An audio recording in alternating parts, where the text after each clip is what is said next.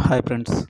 ఈ విశ్వంలో మనకి అత్యంత ముఖ్యమైనది, ప్రాణాధారమైనది జలము. జలము లేనిదే జగత్తు లేదు.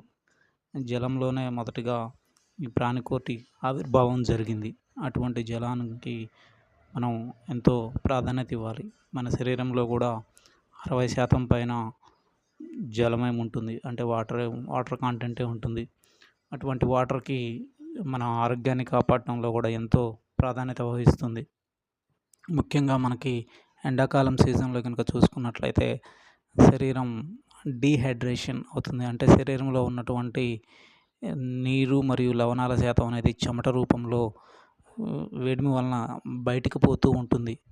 అటువంటి బయటికి పోయినటువంటి నీటిని మళ్ళీ మనం తిరిగి పొందాలి అంటే ఎండాకాలంలో మనం ఎక్కువగా వాటర్ తాగుతూ ఉండాలి. పురుషులైనా, స్త్రీలైనా కనీసం 4-5 లీటర్లు నీరు తాగుతున్నామా లేదా అనేది చూసుకుంటూ ఉండాలి. పిల్లలైతే 3 లీటర్లు, 3.5 లీటర్ల వరకు తాగొచ్చు. కానీ పెద్దవాళ్ళు ఖచ్చితంగా ఒక 5 లీటర్ల నీరు తాగటానికి ప్రయత్నం చేయాలి.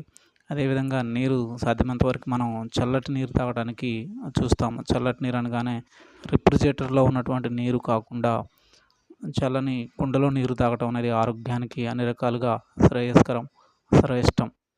మీరు చాలా రోగాలని నీరు తాగటం ద్వారా కూడా నివారించుకోవచ్చు. కిడ్నీల ఆరోగ్యాన్ని కాపాడుకోవాలి అని అంటే మనం తగినంత నీటిని శరీరంలో ఉండేలా చూసుకోవాలి.